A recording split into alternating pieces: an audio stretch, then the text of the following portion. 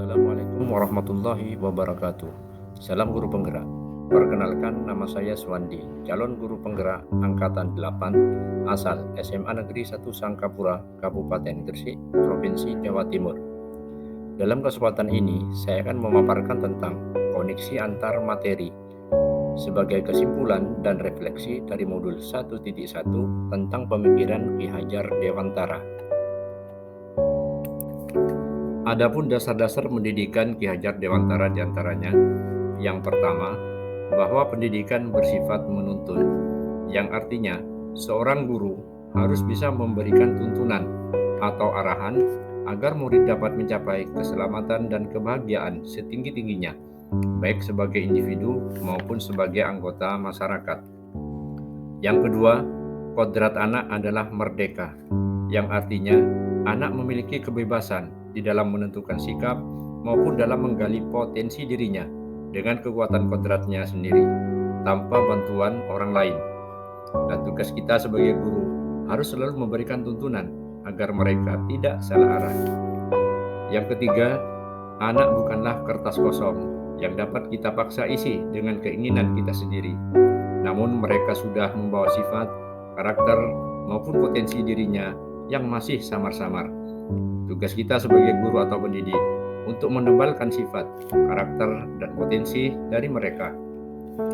Dan yang keempat, pendidikan harus berpihak kepada anak, yang artinya kita sebagai guru di dalam memberikan pendidikan dan pengajaran, di dalam proses pembelajaran harus menjadikan subjek pembelajaran, bukan objek pembelajaran, sehingga mereka merasa dihormati dan dihargai, bahwa keberhasilan dalam pembelajaran tergantung pada mereka, bukan hanya tergantung kepada gurunya.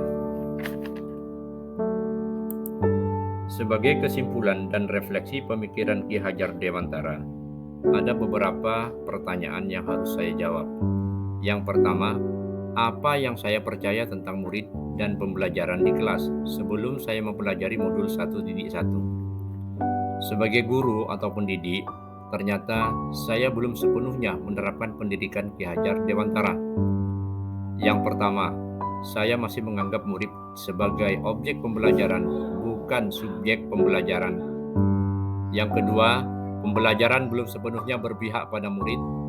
Yang ketiga, belum maksimal dalam menuntun murid dalam pembelajaran. Yang keempat, saya masih lebih fokus pada ketercapaian nilai kognitif saja. Dan yang kelima, belum maksimal memberikan kemerdekaan belajar kepada murid.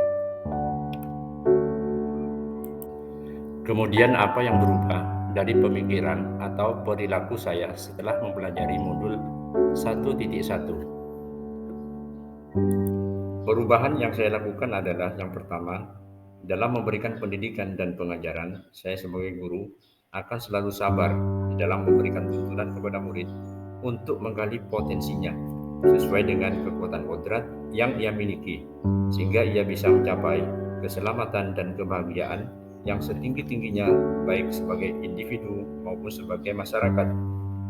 Yang kedua, saya akan selalu memberikan kebebasan kepada murid agar mereka merdeka dalam pembelajarannya dengan kekuatan kodrat yang ia miliki, tetapi kita tetap memberikan tuntunan atau arahan agar ia tidak salah arah. Kemudian yang ketiga, akan selalu menghormati dan menghargai mereka sebagai anak yang kodratnya masih senang untuk bermain, sehingga ia akan menjadi manusia yang seutuhnya. Dan yang keempat, akan selalu memberikan pendidikan dan pengajaran yang menghamba pada anak dengan cara melibatkan mereka secara langsung sebagai subjek pembelajaran yang akan ikut mengendalikan keberhasilannya di dalam proses pembelajaran. Dan yang terakhir, apa yang dapat saya terapkan lebih baik agar kelas saya mencerminkan pemikiran Ki Hajar Dewantara?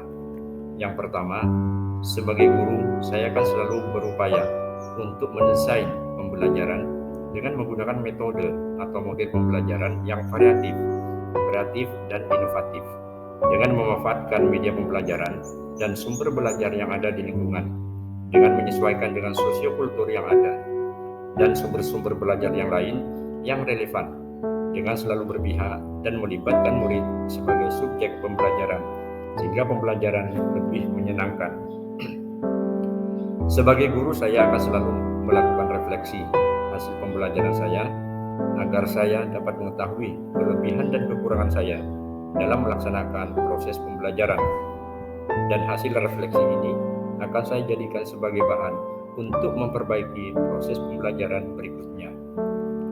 Dan yang terakhir, akan melakukan budaya pembiasaan-pembiasaan yang baik bagi murid, seperti selalu berdoa sebelum dan sesudah pembelajaran, melakukan pembiasaan sholat duha berjamaah, melakukan pembiasaan salaman sambil menjemput anak saat tiba di sekolah, dan pembiasaan-pembiasaan yang lain seperti sapa, senyum, sopan, dan santun. Sehingga dengan demikian, anak diharapkan nantinya menjadi murid yang bertakwa kepada Tuhan Yang Maha Esa dan memiliki akhlak yang mulia serta berbudi pekerti yang luhur. Demikian pemaparan saya terhadap koneksi antar materi sebagai kesimpulan dan refleksi saya terhadap pemikiran Ki Hajar Dewantara, dan semoga dapat bermanfaat. Salam guru penggerak, bergerak, tergerak, menggerakkan. Assalamualaikum warahmatullahi wabarakatuh.